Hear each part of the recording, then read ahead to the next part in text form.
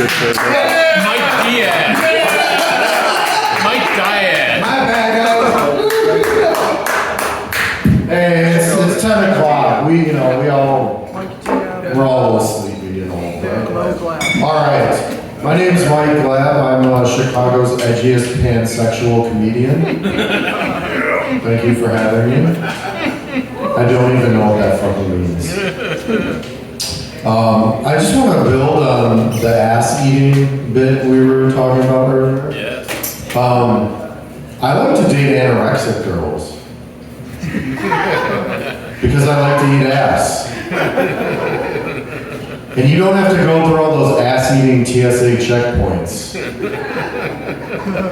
You know, have you eaten White Castle recently? The answer is always no. She doesn't even like the term eating ass. She says, "Can you polish my sewer cap?" Sure, baby. That's what my tongue is for.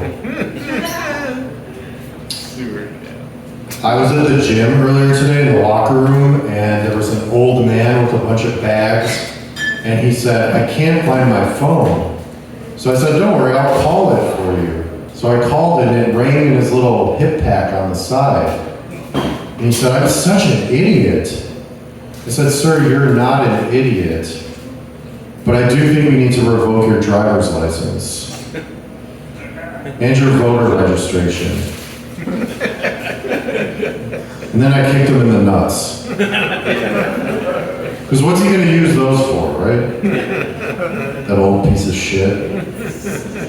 Do you know Chipotle stock used to be $3,000 a share?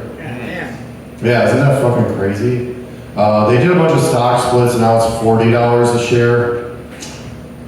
That seems like a lot, right? For a company whose business model is to stuff white girls with a tiny amount of meat.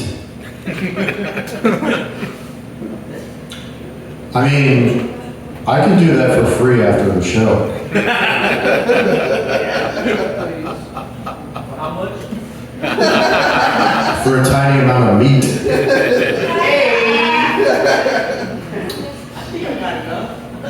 I feel like midlife crises are different now.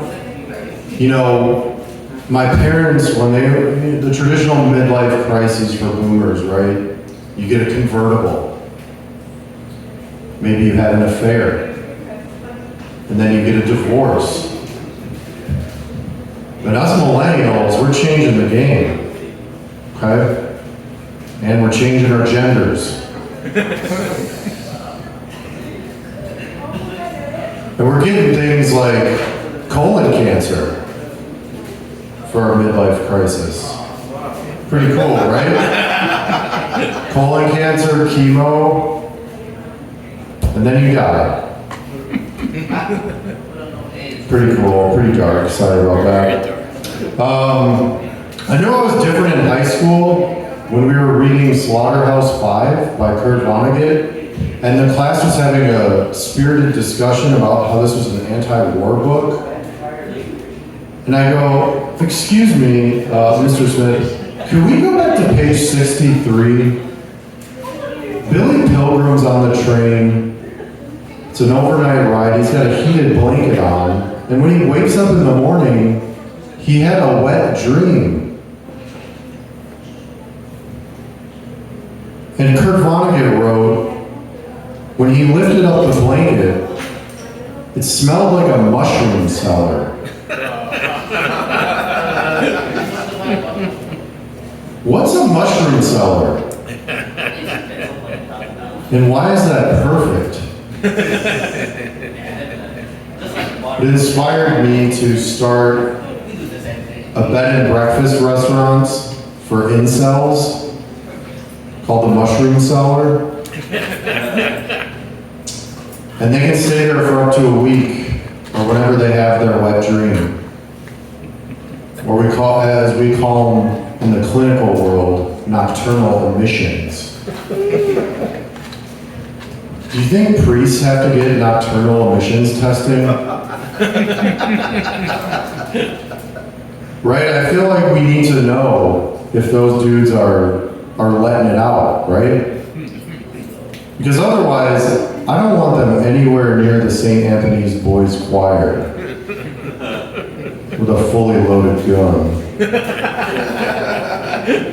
You know what I'm saying? Yeah, back to boomers. They just don't let go of stuff, right? Newspapers, radios, jobs. But the thing that kills me most is that dish rag that they use in the kitchen. That dirty cloth they use to clean everything. You know, the table, the counter, the glasses. They don't even use it for the dishes, right? They're spreading bacteria all over the house, like they're the white man when they came to the New World.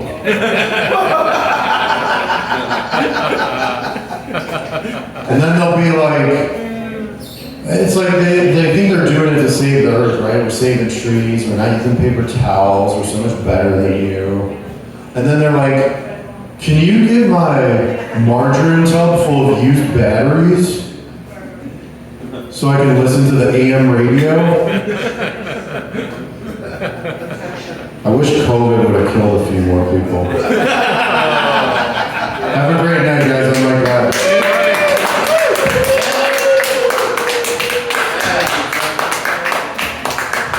Give it a